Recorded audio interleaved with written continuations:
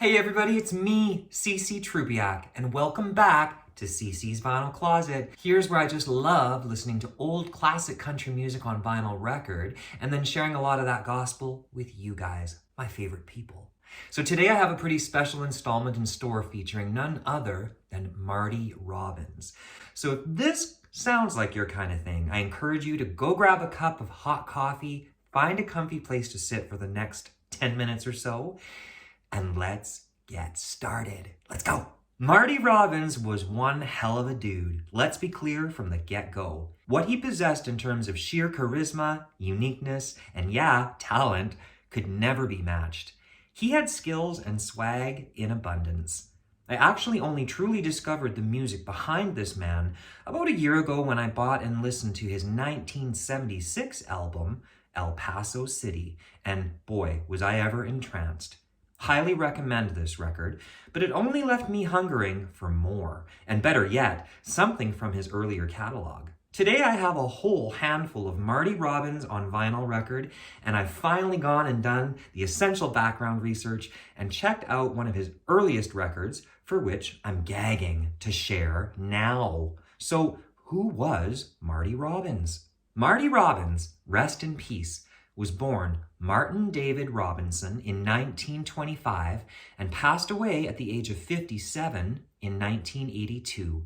Professionally, he was known as Marty Robbins, American singer-songwriter, actor, multi-instrumentalist, and a NASCAR racing driver to boot. Yeah, one of a kind. As a child, Marty's fondest memories came from listening to stories of the American West, told by his grandfather, who'd been a traveling salesman and a medicine man. Robbins would later recall a lot of these stories were the inspirations behind what would eventually be his own songwriting. Robbins dropped out of high school, worked as an amateur boxer, he dug ditches, he drove trucks, and he served in the U.S. Navy during World War II. What a guy. To pass time during the war, he learned to play guitar, he started writing songs, and he fell in love with Hawaiian music. I'm not familiar with Hawaiian music, but I took note of that. After being discharged in 1947 and following his marriage, he began breaking his way into show business. He got a deal with Columbia Records, and the rest, as they say, is history. He had his first hit in 1956, and was invited as a regular performer on the Grand Ole Opry, where he remained for 25 years. Legendary icon. Here's a few quick stats for you. Marty Robbins released 52 plus studio albums between 1956 and 1984, from Western to rockabilly or blues. Now, within my collection here at CC's Vinyl Closet, I have his 5th studio album called Gunfighter Ballads and Trail Songs, released in 1959. This is the same year as 3 other albums that I've recently covered here. George Jones sings White Lightning, Kitty Wells' gospel record, Dust on the Bible, and most recently, Skeeter Davis's I'll Sing You a Song and I'll Harmonize Too. 1959 was a solid year for albums so far. Gunfighter Ballads and Trail Songs was produced by Don Law, and have I ever enjoyed discovering it. This record is considered among his best. It even featured 2 of his most popular and enduring songs, El Paso and Big Iron, both somewhat familiar to me prior to this. There are a total of 12 songs on this album, and I'd love to share some of this gold that I gleaned from that gospel. In general, I recommend anyone listen to the full album for optimal listening experience. However, for the sake of today's installment, I'm only going to refer to 3 highlight songs, but do not let that stop you from enjoying the full experience. The title of this record is accurate. Each of these 12 songs is either a story song about outlaws and shootouts, or a campfire folk song about the daily struggle. Marty Robbins had a beautiful singing voice, full, controlled, and strong. And the band throughout provide great accompaniment to his lyrics. He's got a classic country croon, clean, and an almost never faltering tone.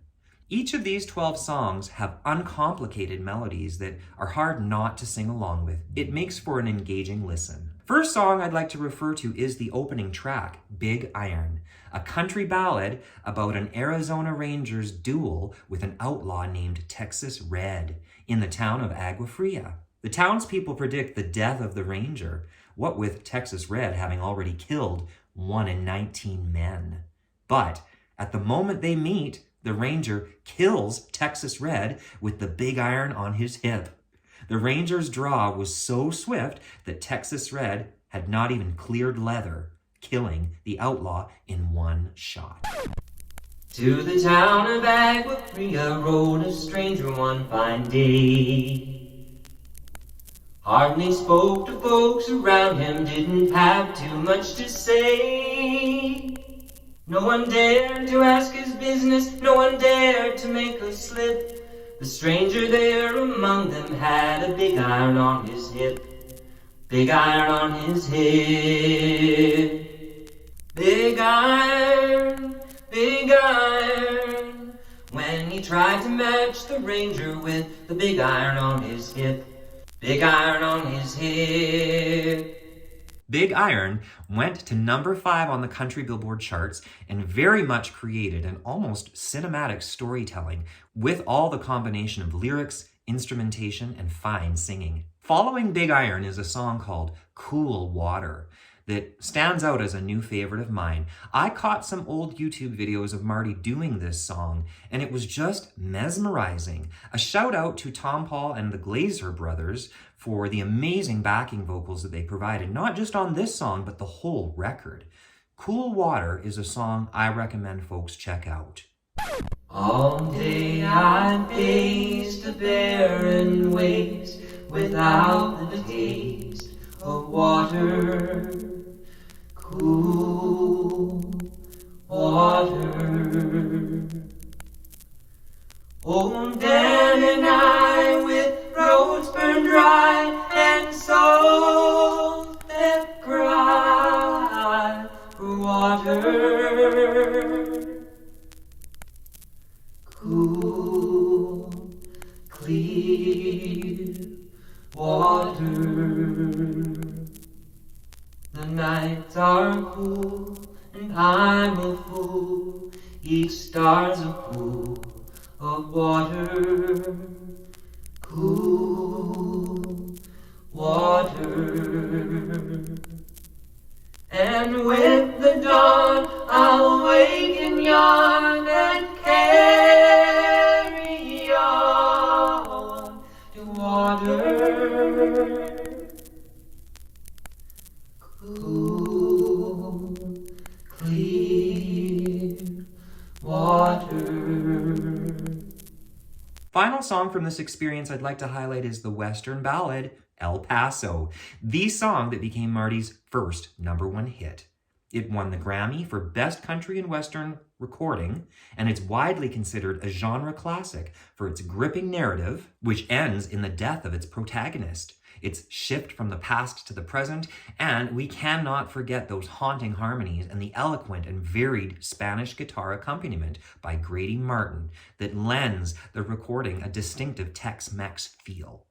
Apparently, the name of the character Felina was based upon a schoolmate of Robbins in the 5th grade. That was pretty cool. This song is such a statement. It's like several minutes of musical cinema featuring a classic romantic and Western movie drama, a story of love in vain with gunplay, a chase on a horseback and a dying kiss, followed by the narrator's death. Robbins nailed everything that a good Western movie was about. Out in the West Texas town of El Paso, I fell in love with a Mexican girl. Nighttime would find me in Rosa's cantina, music would play and Felina would whirl. Blacker than night were the eyes of Felina, wicked and evil while casting her spell. My love was deep for this Mexican maiden, I was in love but in vain I could tell. Folks, all in all, I couldn't recommend this album more. I, for one, am so glad that I'm finally familiar with it, as I truly do admire Marty as a songwriter, a musician, and an entertainer.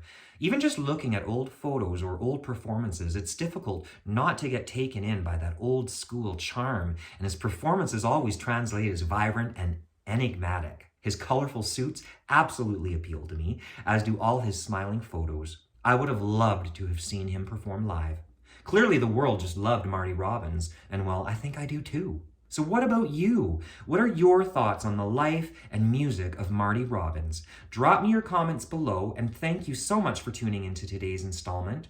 Stay tuned for next week's special edition, and until next time, take good care of you and take sweet comfort in the music.